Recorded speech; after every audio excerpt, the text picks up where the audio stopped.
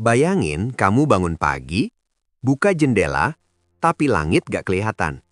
Yang ada cuma daratan luas tak berujung, matahari terlihat kecil banget di kejauhan, dan satu hari rasanya kayak gak pernah selesai. Sekarang pertanyaannya, apa yang terjadi kalau bumi tiba-tiba sebesar matahari? Bukan cuma lebih besar sedikit, tapi diameternya 109 kali lebih besar dari bumi sekarang. Apakah manusia masih bisa hidup? Apakah laut masih ada? Apakah gravitasi bakal bikin kita langsung gepeng? Atau justru bumi berubah jadi neraka kosmik? Yuk kita bahas pelan-pelan, pakai logika sains, tapi dibungkus dengan bahasa santai biar kebayang. Bumi mendadak jadi raksasa.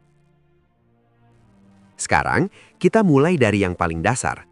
Bumi saat ini diameternya sekitar 12.000 km. Matahari, lebih dari 1,3 juta kilometer. Kalau bumi tiba-tiba sebesar matahari, artinya bumi jadi planet raksasa yang ukurannya hampir mustahil buat kehidupan seperti sekarang. Dan hal pertama yang langsung berubah adalah gravitasi.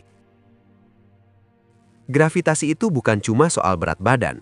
Gravitasi itu yang bikin kita bisa berdiri, bikin laut nggak terbang, dan bikin atmosfer nempel di planet.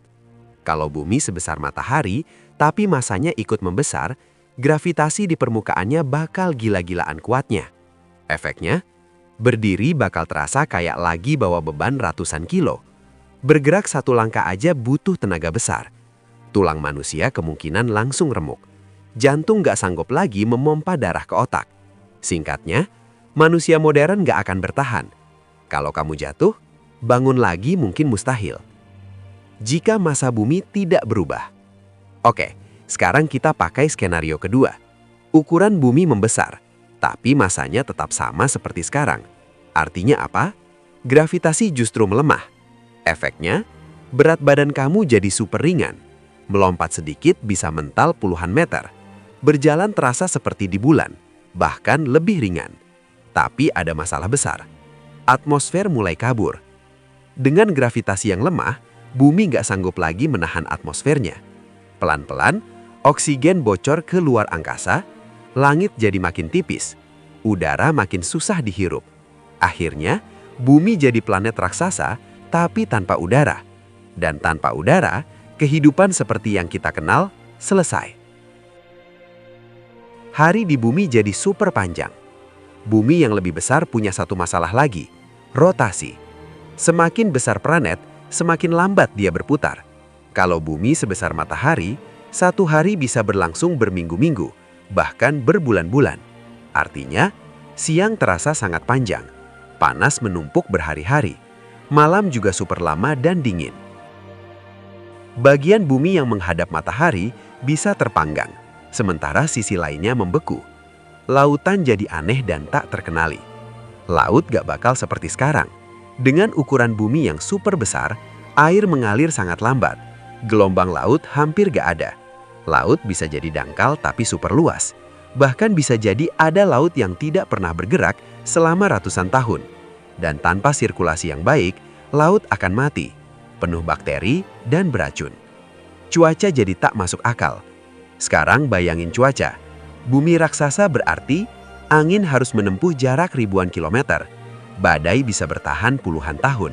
Satu badai bisa lebih besar dari seluruh Asia. Hujan di satu tempat, tapi awannya berasal dari benua lain. Musim gak jelas. Cuaca jadi acak, ekstrim, dan brutal. Gunung setinggi langit. Dengan permukaan yang sangat luas, kerak bumi bisa membentuk gunung yang tingginya ribuan kilometer. Puncaknya bisa keluar dari atmosfer.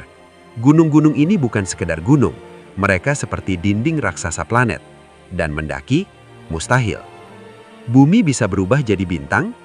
Ini pertanyaan menarik. Kalau bumi sebesar matahari, apakah dia bisa menyala seperti matahari? Jawabannya tidak langsung. Untuk jadi bintang, dibutuhkan tekanan dan suhu ekstrim di inti planet. Tapi kalau masanya terus membesar, bumi bisa berubah jadi katai coklat. Objek gagal jadi bintang. Artinya apa? Bumi bukan lagi planet, tapi juga bukan matahari. Kehidupan, apa yang masih bisa bertahan? Manusia, hampir pasti punah. Hewan besar gak mungkin bertahan. Yang mungkin tersisa adalah mikroorganisme ekstrim, bakteri tahan panas dan tekanan, makhluk laut super adaptif. Kehidupan mungkin tetap ada, tapi bukan kehidupan yang kita kenal. Langit malam jadi aneh. Dengan bumi sebesar matahari, bintang terlihat lebih kecil. Bulan kemungkinan hilang atau tertarik jatuh. Gravitasi bumi mengganggu orbit planet lain. Tata surya jadi kacau. Bumi bukan lagi rumah, tapi monster kosmik. Apakah ada sisi bumi yang masih aman? Mungkin di area tertentu, di wilayah senja abadi, antara siang ekstrim dan malam ekstrim. Temperatur relatif stabil, tapi tetap saja bertahan hidup di sana butuh teknologi tingkat dewa. Bumi kehilangan identitasnya. Bumi yang kita kenal itu seimbang.